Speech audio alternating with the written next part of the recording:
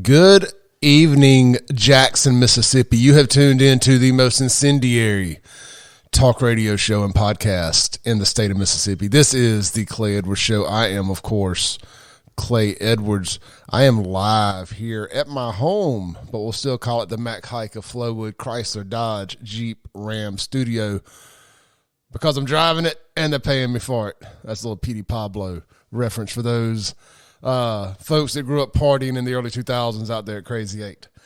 Man, how about a little emergency broadcast here?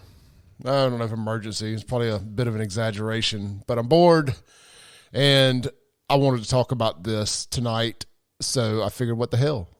I'll cut on the microphone. I have the abilities. I have the technology. So I figured I would do it real quick before we get started. Follow me on all social media. You never know which one I'm going to get deleted from first. So follow me on all of them. At SaveJXN. That's the easiest way to do it. Now make sure you're subscribed to this podcast wherever you may be listening to it at. Just hit that subscribe button. If you're listening on Apple Podcast, please do a brother a favor and give me a 5-star review. Not because I need it to feel better about myself. I know I'm fucking awesome, but because the algorithm will suggest the podcast to more folks. So if you don't mind, I would truly appreciate that. As you can tell from the language, this is an uncensored podcast. I am not on the radio. Again, I'm at my house. It is Saturday night at exactly 7:52 p.m. And I did a video for my social media accounts a few minutes ago talking about some breaking news. Jackson, Mississippi, as I like to say. Jackson, Mississippi. If you follow me on TikTok or Instagram, that's how I start off all my little reels and TikTok videos. Jackson, Mississippi, has officially won the title. And if y'all could see me, I have the title strap, the strap, the belt, the championship over my shoulder as I record this. You can see that video live on any of those platforms. But with all that said, Jackson, Mississippi, the deadliest city in America for the second year in a row. The murder capital of the world, as Master P used to call New Orleans. That's what we call in Jackson, Mississippi. The murder capital of the world. 2 years in a row. And we were down about 15% from last year's total and still the murder capital of America. All right. I won't blur the lines there and call it the world. We'll call it America. The murder capital of America is Jackson, Mississippi. Again. Now, straight numbers, straight body count, no. But per capita, yes. We are even 3 times more deadly than Chicago, Illinois. They had 695 last year. We finished with 133, but with a fraction of the population. Almost 3 million people live in Chicago proper. 180,000 live in Jacktown. So you do the math there, my friends. I am not a mathematician, but I did prove my math teachers wrong, and I do carry a calculator in my pocket everywhere I go. Let's read this story. This is on WLBT, and we're going to break down the top 10 cities. Let's see here. Jackson, Mississippi. Despite a drop in killings last year, the capital city's homicide rate still managed to surpass every other major city in the U.S. for the second straight year. According to a WLBT 3-on-your-side analysis of dozens of municipalities across the country, Jackson ended 2022 with 133 homicides, a 13% drop from the year before when 153 people lost their lives to violence. You know, back to me real quick. We've been telling you this. If you listen to this podcast for more than, I don't know, about 30 seconds on any given day, we've kept up with the count of homicides. It's what we do around here. We're never going to normalize this. We're never going to say, "That's a good day in the city." That's just Jackson. We're never going to do that. We're going to every murder counts. Every murder counts. Now we may come across like we're mocking and memeing the murders. We're not. We're mocking and memeing the city's inability to control the murders. But we stand with the families of the homicide victims. All right, back to the article here. That year wound up. I'm sorry. that year would end up being the deadliest in the city's history, according to records from the FBI, the Jackson Police Department, and the Murder Accountability Project. They're referring to last year's 153 homicides.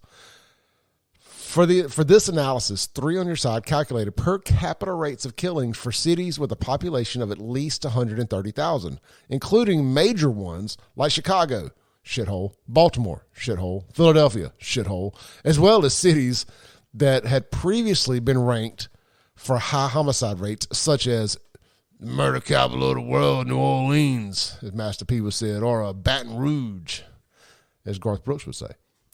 Sorry, guys. I'm having a little fun tonight. Y'all bear with me. The number of homicides calculated for each city's came from the latest available data from news media sources in the respective markets or crime statistics from the city's police departments. So we're going to start at number 10 here. We got the top 10. Number 10, Memphis, our neighbor up there to the north. They can't take Jacktown's crown. They can't even beat Jackson State, much less our Democrats. Shit. Memphis, it did end the year as of 12/22 is the last time the statistics were available, with 289 homicides with a rate per capita of 46 homicides. Number 9, Cleveland, Ohio. The Mistake by the Lake had 171 homicides with a 46.5% rate, or 46.5 rate per capita, murder rate per capita. Detroit, Rock City. Let's see here. I don't think of rock when I think of Detroit, by the way. I think of crack rock. Mayor's up there smoking crack rock, but not Detroit, Rock City.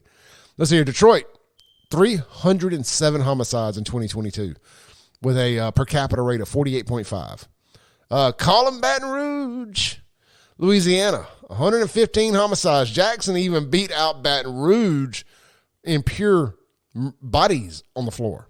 They had 115 for a 51.8 rate per capita of murders. Number 6, what used to be the STD capital of America, till you guessed it. Guess who beat Baltimore out for the most STDs per capita? I'll give you 3 guesses, and the first 2 don't count, and the answer is Jackson, Mississippi. Jackson, Mississippi beat out Baltimore for the not only for murders, but also for STDs. Paint me shocked. Baltimore had 334 homicides last year with a per capita rate of 57.9. Louisville, Kentucky. Now, this is a little surprising to me. I mean, 'cause I think of Louisville as being a nice place, but I guess it's another Democrat dumpster fire, just like Jackson. 160 homicides with a 65 rate per capita. St. Louis, shout out to Nelly. St. Louis, Missouri, 200 on the dot homicides with a rate per capita of 68.2. Birmingham, Alabama. Boy, it's something about the South, ain't it? These metropolitan areas, these urban areas, these Democrat liberal shitholes in the Southeast. Birmingham, Alabama, 144 homicides for the year with a 72.9%, or not percent, but a 72.9 rate per capita. And drum roll, number 2, coming up right from the behind of Jackson, Mississippi, is our neighbor to the south, New Orleans, the murder capital of the world. No Limit, we bite about it. No Limit Records' very own New Orleans, Louisiana, with 280 homicides with a rate per capita of 74.3. And you already know it, Jackson, Mississippi. As Kid Rock would say, I feel like Jackson, Mississippi, with 133 and a rate per capita of 88.8. That's 3 8s in a row. Somebody go play the lottery. I bet it sounds like I've been drinking tonight. The funny thing is I have not had a drink. I'm just actually in a really good mood tonight. Or maybe I'm trying to laugh to keep from crying when I look at these homicide numbers here. So Jackson, I mean, we beat out some big, heavy hitters. Now, again, all but one of those, let's see here. Baton Rouge is the only one with a smaller body count than Jackson, and it's still in the top 10. All of the others had a larger total body count. The next closest one would be Birmingham, followed by Louisville. So, what do y'all think, man? What do you think? We're going to talk about this big time on the show Monday. But let me read the rest of it. All right, so it says, this is back to WLBT.com's article here.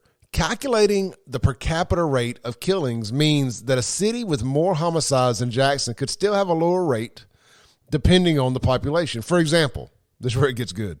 This ain't changed from last year either, by the way. For example, 695 people have been killed in Chicago, according to the city's PBS station.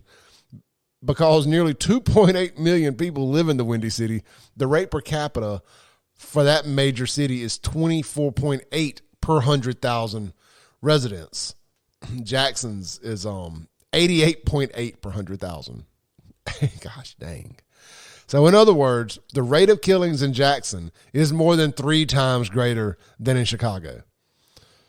The risk of you being a victim of homicide, right, like the city of Jackson with the current rate where it's at, is higher, in general, relative to the risk of another city that has a lower per capita, criminologist and Ole Miss Criminal Justice Department Chair Wes Jennings says.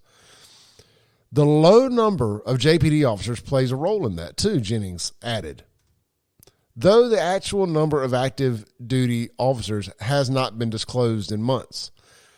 Quote, it's not a function of just adding 5 more officers will reduce 5 more crimes, but when you have historically low numbers relative to where they should be, it takes away officers' time, Jennings says. Ideally, you'd like to have them spending more time on, fighting crime and stuff of that nature.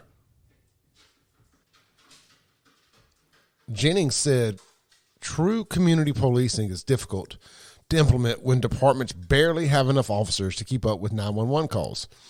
He also says population changes, people leaving Jackson, have affected how a community fights against crimes too, like I did. I left Jackson, Mississippi. Says, quote, if I own a home and the homeowner next to me, I see their windows broken, I'm going to call the police and I'm going to help call my neighbor. But if I'm in an area where I'm renting a property and I see a broken window across from a unit across from me, I might be like, I'm glad it wasn't my unit. Just keep on minding my own business here and keep quiet, Jennings said. And then as soon as I get enough resources to move out, so you don't have to have let me rephrase that. It said, move out so you don't have to have a stake in the people or in the area. Well, yeah, exactly. Home ownership is a big deal, man. But hey, you know what? I rent my house out here in Brandon, and if somebody break into my neighbor's house, I'm calling the damn police. So I don't know how much I believe that. I'm just going to say that. So the city of Jackson is implementing an office of violence prevention in the coming months to help with those efforts. Jennings says more comprehensive community policing, having enough officers that can go into gas stations and restaurants, increasing visibility and curfews combined with more activities for young people can also help tremendously. WLBT's data also shows homicide victims are trending younger. Absolutely they are. It says 2 years ago, the average age of a person killed in Jackson was 33 years old.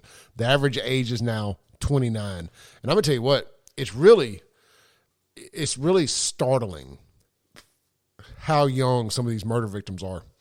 I'm talking about that 14 to 16 number is way more prevalent than you would think. That's why that average came down, because that low end number on the age is getting higher. People are, when I say it's getting higher, I mean more people in that 14, 15, 16-year-old age range are getting killed, so it's bringing that average number down. It's not more 29-year-olds getting killed. It's more 15-year-olds getting killed, and it's bringing that average down. So that's Jackson. That is Jackson, Mississippi. And look, I'm telling you, get out while you can. I mean, there's horror stories every day. I love my friends who own businesses there, and I know that some of what I do is tough here because I'm telling you, don't go to Jackson. But be careful where the hell you go in Jackson. Like I'm sitting here, I got WLBT pulled up here, for example. Again, I took a little break because I had a phone call, so it's now 8:26 p.m. Saturday night here. Front page of WLBT. Man shot in critical condition after being carjacked in Jackson. Let's read this story here, just for shits and giggles here. Says, this was at, let's see here. This is 7:05 p.m., about an hour ago. Says a man is in critical condition after a carjacking that took place in Jackson Saturday night. Deputy Chief of the Jackson Police Department, Derek Hearns, says the incident happened along Winter Street and University Boulevard. That's over by Jackson State. Chief Hearn says a man was approached by two other men with guns. The three men got into a fight, and the owner of the stolen car was shot. The victim is being treated at the University of Mississippi Medical Center and is in critical condition while the alleged carjackers drove off in his blue Mitsubishi. This is an ongoing investigation. If you have any information regarding this incident, contact JPD at 601-960-1234. You mean this motherfucker done got shot over a Mitsubishi? A Mitsubishi? Not even a Charger? Not a Challenger? Not even one of Jacktown's favorites, an Impala or a Malibu? This motherfucker done got shot over a blue Mitsubishi? But look, if you drive a Mitsubishi out there, I ain't mad at you. Life throws curveballs at all of us. But, man, I tell you what, I mean, somebody gonna jack me from my blue Mitsubishi. Man, I'm just gonna tell you, you know what, dog? I'm gonna let you have this thing today. I ain't getting shot and losing my car. Not a blue Mitsubishi. You come after my Tahoe, we're gonna have. I'll take a bullet for the Tahoe. You're not a blue Mitsubishi. Let's see here. Jackson homicides. As of right this minute, reported we got 2 as of the 7th day of 2023. My prediction. Let's go on and get it on wax here. My prediction for the year is around 125. It will continue to trend downward, but not in big enough numbers. I will say this. The crime and the homicides will escalate everywhere in the city but the Capital City Improvement District where the Capitol Police are. That number will continue to plummet. That will become a Goldilocks zone inside the city of Jackson. I anticipate, now this is strictly me, I haven't talked to my good friends over at the Capitol, I haven't talked to Fred Shanks, I ain't talked to none of them about this. This is 100% Clay speculating based on all the information I have. I believe that they will find the money this legislative session to get the downtown area that can be tied into the water well down at Andy Gibson's Mississippi State Fairgrounds, that water well that they built down there. I believe they will find the money to tie into that, the downtown business district and Fondren and parts of Belhaven, or Belhaven and parts of Fondren, however that works out, that can be tied into that water well system. They'll get that done. They will find that money and get that done. Now, I don't know if it can physically happen in the next calendar year, but I believe the money will come, and that will come to fruition. All right, look, this is just a little Saturday night emergency podcast, whatever you want to call it. I got some company coming over. I'm going to enjoy my evening and got a big day planned for tomorrow. I will be live in the Mac Hike and Flowwood official studios Monday morning, 7 a.m. to 9 a.m. And look, y'all stay tuned. I'm going to tease you with, I don't typically do big announcements. I just wait and do the announcement. I don't tease. But I'll say this. Been working on something for a long time. Could not have done this without you all. The show is going to 2 hours every day. You know, we've been 7 to 9 on Monday and Tuesday and 7 to 8 Wednesday, Thursday, Friday. The show is going to 2 full hours. I'll confirm the day here in a week or so or less because it's happening soon. It is happening soon. And it's actually, it could even be going further than 2 hours on a couple days a week. So stay tuned for that. Again, thank you all. You've demanded it. You've called the radio station and you've demanded more Clay Edwards Show. I don't know why, but I'm glad you did it. They are listening. Advertisers are listening.